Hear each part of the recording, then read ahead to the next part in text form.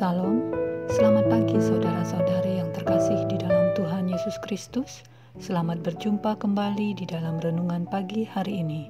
Sebelum kita membaca dan merenungkan firman Tuhan, marilah kita bersama-sama mempersiapkan hati dan pikiran kita dan memohon tuntunan Roh Kudus. Mari kita berdoa.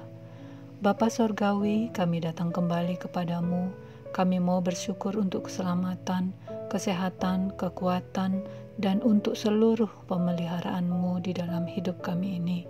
Kembali kami mau membaca serta merenungkan firman Tuhan.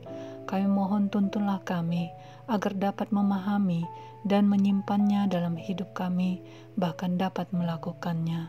Terima kasih ya Bapa. Ampunilah juga dosa dan kesalahan kami, agar kami disucikan kembali dan layak menerima berkat firman Tuhan.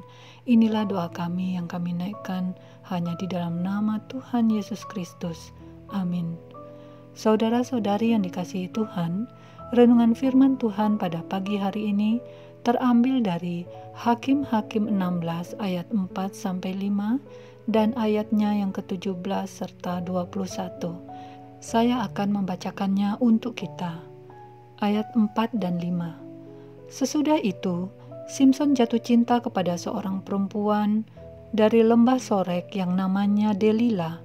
Lalu datanglah raja-raja kota orang Filistin kepada perempuan itu sambil berkata, "Cobalah bujuk dia untuk mengetahui karena apakah kekuatannya demikian besar, dan dengan apakah kami dapat mengalahkan dia dan mengikat dia untuk menundukkannya, maka kami masing-masing akan memberikan 1.100 uang perak kepadamu." Ayat 17. Maka diceritakannya kepadanya segala isi hatinya, katanya, "Kepalaku tidak pernah kena pisau cukur, sebab sejak dari kandungan ibuku, aku ini seorang nazir Allah. Jika kepalaku dicukur, maka kekuatanku akan lenyap daripadaku, dan aku menjadi lemah dan sama seperti orang-orang lain." Ayat 21. Orang Filistin itu menangkap dia, mencungkil kedua matanya, dan membawanya ke Gaza. Di situ ia dibelenggu dengan 2 rantai tembaga, dan pekerjaannya di penjara ialah menggiling.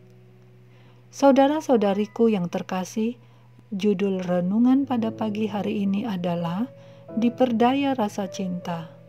Saudara-saudari yang dikasihi Tuhan, lahir dari seorang perempuan mandul yang bersuamikan seorang lelaki keturunan Dan bernama Manoah.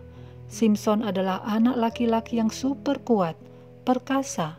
Ia hadir di tengah-tengah bangsa Israel yang kala itu sedang dalam keterpurukan karena mereka dalam masa penghukuman Tuhan, di mana Tuhan menyerahkan orang-orang Israel ke dalam tangan orang Filistin 40 tahun lamanya, akibat dari orang Israel yang kembali berbuat dosa. Orang Filistin menguasai mereka.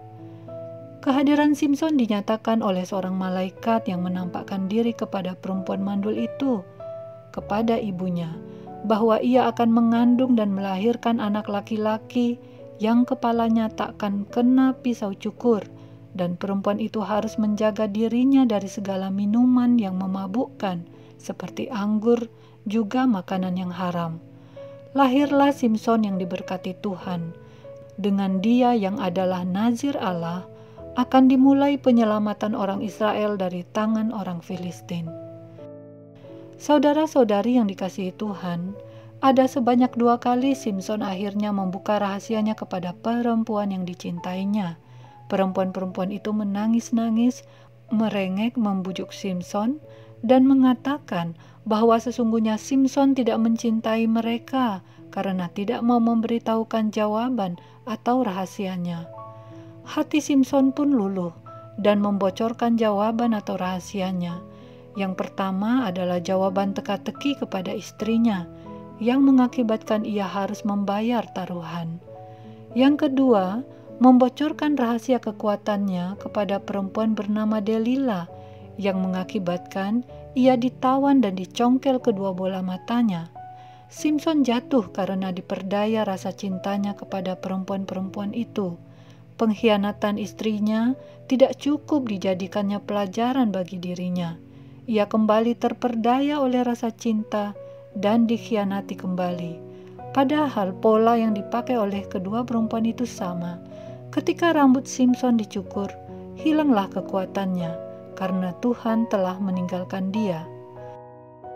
Saudara-saudari yang dikasihi Tuhan, Simson tidak dapat menguasai dirinya. Ia jatuh di pelukan perempuan, mencintai perempuan-perempuan orang tidak percaya, dan Simson melakukan hal-hal sekehendak hatinya, bukan kehendak Tuhan, sebab dia tidak memelihara kehidupan rohaninya. Kegagahan dan kekuatan fisik tidaklah cukup tanpa penguasaan diri dan adanya relasi baik dengan Tuhan. Kita diajarkan untuk mampu mengontrol diri agar tidak mudah terperdaya. Kita juga harus mampu menguasai diri kita dari emosi dan tuturan kata yang sering menimbulkan kesalahpahaman, pertengkaran, yang kesemua itu akhirnya akan merugikan diri sendiri.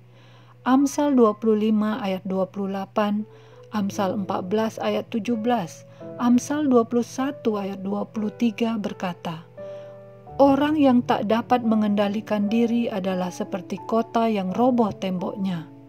Siapa lekas naik darah, berlaku bodoh, tetapi orang yang bijaksana bersabar. Siapa memelihara mulut dan lidahnya, memelihara diri daripada kesukaran." Saudara-saudari yang dikasihi Tuhan, karena tidak bisa menguasai diri, anak-anak muda kita bisa meninggalkan Tuhan karena cinta. Karena tidak bisa mengendalikan diri, kita bisa berpikir berbagai cara untuk mengambil yang bukan hak kita. Karena tidak ada relasi yang baik dengan Tuhan, tidak memelihara kehidupan rohani, kita bisa jauh dari kehendak Tuhan. Pada akhir hidupnya, Simson menyadari kesalahan-kesalahannya. Ia kembali berseru kepada Tuhan, memohon kesempatan kedua diberikan, dan akhirnya ia bisa mengalahkan orang Filistin lebih banyak dari sebelum ia menjadi tawanan. Hakim-Hakim 16 ayat 30. Saudara-saudari yang dikasihi Tuhan, mari kita pelihara kehidupan rohani kita, membangun relasi intim dengan Tuhan, tinggalkan kesalahan lama dan bertobat. Lakukanlah kehendak Tuhan agar semua itu memampukan kita untuk menguasai diri sehingga tidak dapat diperdaya. Demikianlah renungan pada pagi hari ini. Tuhan memberkati. Kita akan menutup renungan dalam doa, tetapi jika saudara ingin didoakan secara khusus, hubungi email kami. Kerinduan kami agar channel ini menjadi berkat bagi banyak orang. Mari kita berdoa. Betapa kami bersyukur telah mendengarkan firman-Mu ya Tuhan. Biarlah apa yang kami dengarkan ini dapat kami jadikan pedoman di hari-hari kami ke depan. Kami ingin banyak belajar dari firman-Mu, agar kami benar-benar mampu menguasai diri kami, sehingga apa yang kami lakukan semua memuliakan nama Tuhan. Terima kasih Tuhan, sebentar kami akan melanjutkan aktivitas kami. Kami percayakan perjalanan hidup kami ini hanya di dalam tangan pengasihan-Mu. Terpujilah nama-Mu Yesus. Amin. Saudara-saudari, mulailah harimu. Kiranya kasih dan anugerah Tuhan senantiasa melimpah di dalam kehidupanmu. Muliakanlah Tuhan di dalam setiap aktivitasmu dan jadilah saksi hidup bagi firman-Nya. Roh Kudus menyertai kita semua. Sampai berjumpa kembali di renungan berikutnya. Tuhan Yesus memberkati.